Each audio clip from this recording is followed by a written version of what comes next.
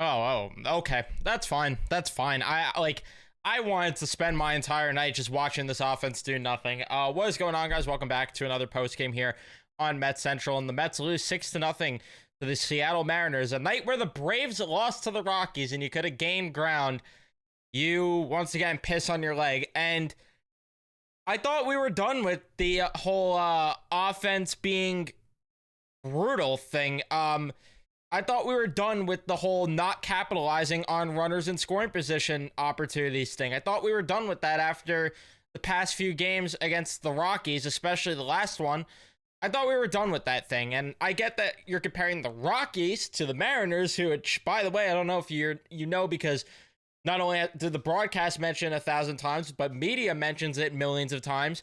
And also you could use your own eyes to determine this and come to this conclusion. The Mariners have great pitching, and I get it. I get it. That's their thing, and you give credit where it's due. But at the same time, on the other end, I should say, there's a baseball team that's DNA as of lately, and at points has been not capitalizing with runners in scoring position. Especially a problem on this road trip, most of all. And again, obviously, last game was the exception where they were doing that. And then at the end of the second game against the Rockies, they started to get that rally. And all of a sudden, they can't stop hitting with runners in scoring position. But a lot of the road trip and why they've been struggling because of that. And once again, it is why they falter. Which, by the way, leave a like if you haven't already, subscribe, all that stuff. I don't remember if I did the intro here, but I'm just like really annoyed because I owe Jose Quintana an apology. I really do, because the first two innings grossed me out from him, and it was just the typical Jose Quintana thing where driving the pitch count up in the first inning, he didn't allow a run though this time, which was at least something. But then the second inning, he allows that home run to Ryan Bliss, hangs a curveball right down the pipe, and I'm like, this isn't gonna last even 5 innings here. And they're going to get cooked. And listen, Jose Quintana, I still would rather watch paint dry than watch him pitch, despite the fact that he ended up getting 8 strikeouts, allowed 2 walks, and he was fine, retired like 14, 15 straight after that home run. And he was relatively fine, to say the least, for the majority of the start. And then he comes out of the game because Mr. You'd Be Foolish to Let Me Go Ottavino comes into the game after Leo Rivas, of all people, got that single to make it 4-0.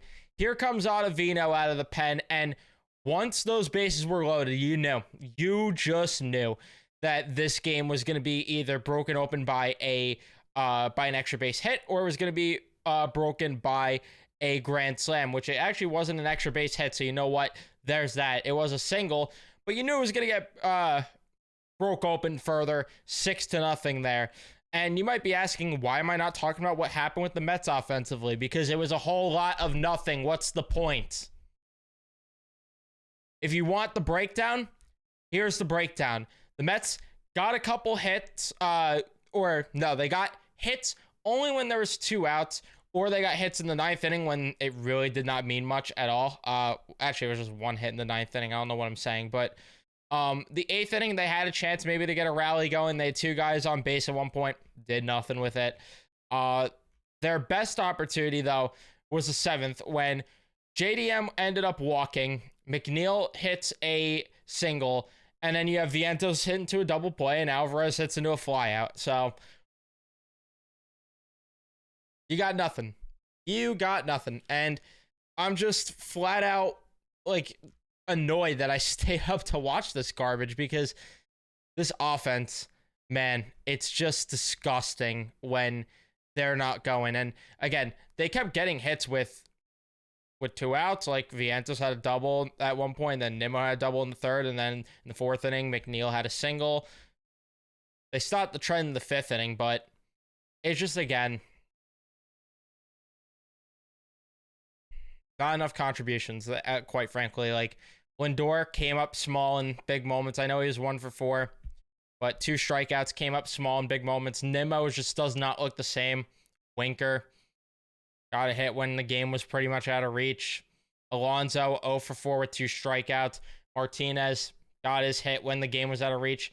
Like, the only guy you could hang your hat on for having like a solid performance is Jeff McNeil, the guy that all of us wanted, or the guy that all of us wanted gone earlier in the season. That's the guy that contributed the most for you offensively today, and it still was nothing. You went 0 for 8 with runners in scoring position, 7 hits. They had more hits somehow than the Mariners, and they couldn't get a single run. I don't know. It's just hard not to get mad when, one, I mean, you stay up to watch this crap. Two, it's just every single time the Braves lose, the Mets just refuse to win. It feels like it's just like they're just like, nah. And it's just annoying that when pitchers are like, here, take some runs, they put it on a silver platter, and it's just like they say no thanks. And that's just been my biggest issue with the road trip. And again, I keep alluding to this because I say it pretty much every loss. Losses like this would be way easier to stomach if they just took care of business against the Angels or the Rockies. I could be like, you know what? They traveled. Let's see how they do in the next few games. And rightfully so, you could still have that take. Like, I'm not sitting here saying that they're doomed the rest of the series, but I'll tell you right now, if this is what we get offensively the next 2 games, sound the alarms. I'm sorry, because at what point do we get worried a little bit about this offense? Because they really struggled against teams like the Angels. They really struggled against like even the Rockies at times. I don't know. But then you also look at the game like the Cardinals. I don't know. It's hard to gauge, but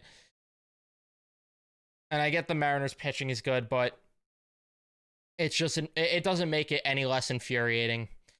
They drop games like this. But if they win the next 2, obviously we're feeling better. And at this point, once they got into the Seattle series, all of us pretty much had the same mindset where it's like, just end this road trip and go 6-4.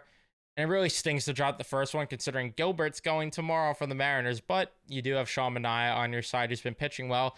But then you got to worry about Sunday, where it's Severino versus Castillo. But whatever. One game at a time right now. And hopefully they could rebound next game. I'm sorry I didn't even break this down really too in depth. There really was not much to talk about. This was such a boring game of baseball.